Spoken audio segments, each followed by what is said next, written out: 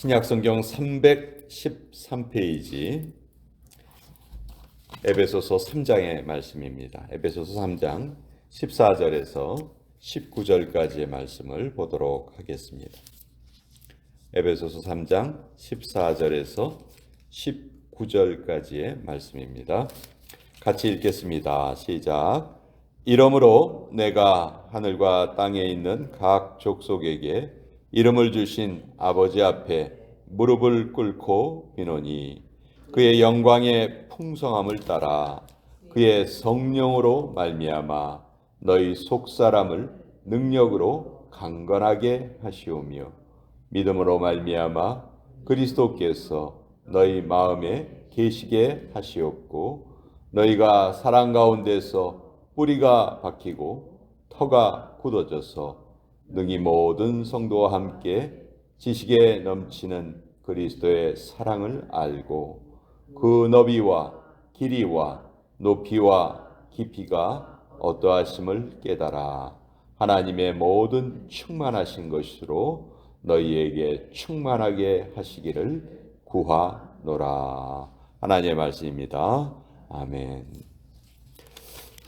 바울은 에베소서를 통해서 두 번 자신의 기도를 나타내는데 오늘 우리가 읽은 기도문은 이제 두 번째 기도문입니다. 에베소 교회 성도들을 향한 바울의 아주 절절한 마음이 또 그들이 복을 받기 원하는 바울의 마음이 아주 잘 나타나 있고요. 바울이 여러 곳에서 사역을 했지만 에베소 교회는 가장 오랫동안 머물렀던 곳입니다. 그래서 에베소 교회를 떠나서 이제 다른 곳에 가서 이제 선교하기를 원했는데 어쩔 수 없이 바울이 이제 로마로 가게 되는 그 과정 속에서 죄수의 몸으로 호송을 당하게 되죠. 그렇지만 가는 길에 아주 특별한 은혜가 바울을 통해서 임하게 되고 바울을 호송했던 그 백부장은 바울이 보통 사람이 아니라는 것을 깨닫게 됩니다. 그래서 로마에 도착했을 때 바울에게 모든 특혜를 베푸는 그런 역할을 그 백부장이 옆에서 보증을 섰을 가능성이 큽니다. 어쨌든 바울은 로마로 호송되기까지 한 2년의 기간, 그 기간을 가이사라 빌립보에서 머물렀었고 또 로마에 도착을 했어서도 한 2년 정도를 황제의 재판을 받기 위해서 기다려야 했습니다. 이 4년의 기간이 그렇게 열심히 이곳저곳에서 사역을 했던 바울에게는 정말 귀중한 어떤 재충전의 시간이었어요. 그래서 이 기간 동안 바울이 4권의 서신서를 남기는데 이 기간 중에 남겼던 서신서가 에베소서, 빌립보서, 골로새서, 또 빌레몬서 이렇게 4통의 편지를 남기는데요. 바울이 남긴 다른 어떤 편지보다도 그 수준이 가장 깊다고 할 수가 있고 또 오늘날도 우리 모든 성도들에게 교회가 무엇인가 또 하나님의 백성은 어떻게 살아야 하는가 그 바울 사도의 그 음성이 우리에게 울리는 것 같습니다. 자, 에베소서는 에베소에 있는 교회 성도들에게 보낸 편지인데 총 6장으로 되어 있어요. 앞부분은 하나님이 어떤 분이신가 설명을 하고 뒷부분은 교회 생활을 어떻게 해야 될 것인가 이렇게 둘로 크게 나누어집니다. 오늘 우리가 읽은 이 에베소서 3장에 있는 부분에서 바울은 에베소 교회 성도들에게 이제 기도를 하는데요. 이러므로 내가 하늘과 땅에 있는 각 족속에게 이름을 주신 아버지 앞에 무릎을 꿇고 비노니 자기가 지금 기도한다는 것을 나타냅니다. 그의 영광의 풍성함을 따라 그의 성령으로 말미암아 너희 속사람을 능력으로 강건하게 하시오며 이 뒤에도 바울의 기도문이 계속 이어지지만 오늘은 특별히 16절에 있는 말씀을 좀 중점적으로 살펴보도록 하겠습니다. 16절에 보면 우리의 속사람이 강건하게 되는 것을 바울이 지금 기도하고 있습니다. 근데 우리의 속사람이 강건하게 되는 그 비결도 여기에 기록되어 있죠.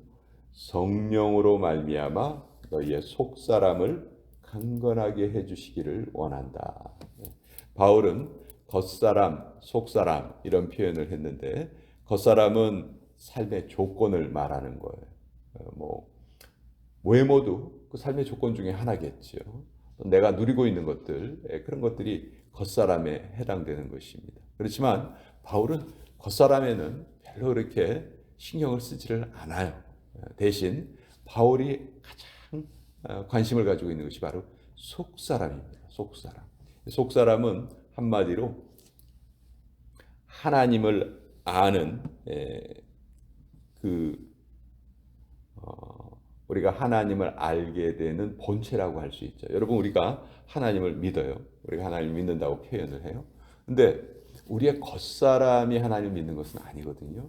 사실 우리의 속사람이 하나님을 믿고 있고 겉사람은 하나님이 우리 각자에게 필요한 만큼 또 우리 하나님의 섭리대로 부여해 주시는 거예요.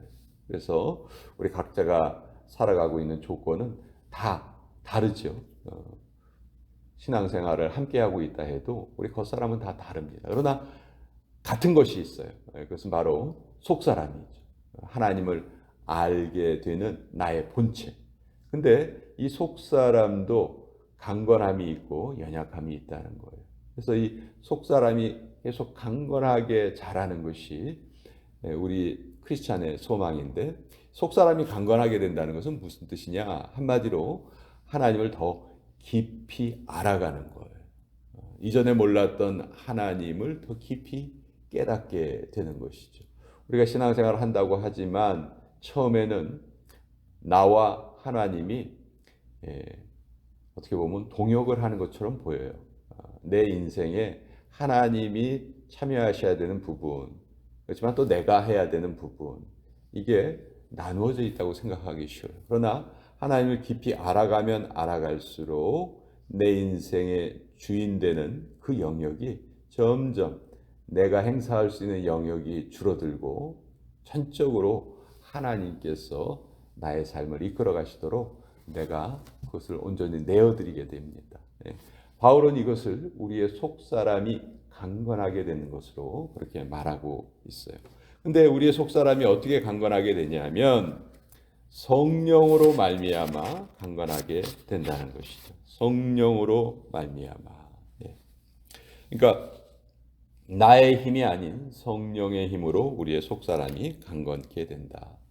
우리가 삼위일체 하나님을 논할 때 성부, 성자, 성령, 성부 하나님, 성자 하나님, 성령 하나님이 각각 다른 인격체이시지만 하나로 연합해서 활동하신다. 이게 이제 우리가 보통 삼위일체라고 말해요. 사실 이 삼위일체를 온전하게 이해할 수 있는 존재는 없을 것 같아요. 삼위일체는 한마디로 그냥 신비입니다. 신비하신 하나님. 왜 하나님이 그렇게 신비하신 모습으로 연합하고 계신가? 이것은 하나님의 연합을 통해서 우리 성도들의 연합을 바라시는 하나님의 마음이 그 하나님의 존재의 양식으로도 우리에게 보여지는 것 같다. 저는 그렇게 생각을 해요. 우리 하나님의 백성들이 이렇게 신비한 연합체를 이루는 것을 하나님이 기뻐하시죠. 자, 그래서 우리가 기도할 때도 삼위일체 하나님이 역사하십니다. 우리가 기도하는 것, 성도에게 기도처럼 중요한 것이 없죠. 그 기도할 때 우리 삼위일체 하나님께 기도를 합니다. 성부 하나님께 우리가 기도하죠. 성부 하나님 우리의 기도를 직접 받으세요. 근데 우리가 누구의 이름으로 기도를 하죠? 성자 예수님의 이름으로 기도를 해요. 사실 이것만큼 큰 영광이 없어요. 우리가 다른 어떤 이유보다도 이 한 가지 이유만으로도 우리는 기도해야 돼요. 나의 간구가 내 이름으로 올려지는 것이 아니고 예수님의 이름으로 올려진다는 거예요. 그것만큼 큰 은총이 없죠. 근데 우리가 기도할 마음이 생기고 기도할 제목이 생각나고 기도해야 되겠다는 그런 간절함을 갖게 되는 것은 성령님께서 우리의 마음에 역사하시는 결과예요. 그래서 우리가 기도할 때도 삼위일체 하나님께서 우리의 역사를 해주시는데 특별히 하나님을 알아가는 우리의 속사람을 강건하게 되기 위해서는, 우리의 속사람이 강건하게 되기 위해서는 성령으로 말미암아야 한다. 즉 성령으로 말미암는다는 것은 우리가 성령님을 강하게 의지해야 한다 하는 그런 표현이겠죠. 그러니까 우리가 기도하기 전에 저나 여러분이나 이제 각자 개인 기도의 시간을 가져요. 개인 기도의 시간에 우리의 마음을 하나님께 다 올려드립니다. 근데 그때 가장 첫 번째 기도 제목은 전 이거인 것 같아요. 하나님, 제가 지금 하나님 앞에 기도를 드리는데 성령님께서 저의 기도를 충만히 역사하셔서 이끌어가 주시기를 원합니다. 다른 어떤 기도의 제목보다 이것이 우리가 하는 기도에서는 첫 번째 가장 우선순위가 돼야 된다. 우리가 이것을 잊어버리고 그냥 내가 구하고 싶은 거, 내 삶에 필요한 것만 그냥 하나님 앞에 하나씩 나열하는 것처럼 우리가 기도를 하기 쉬운데, 물론 전 그것이 가치 없다고 생각하지 않아요. 그거 우리가 꼭 해야 되는 것이고 그 기도의 출발점이에요.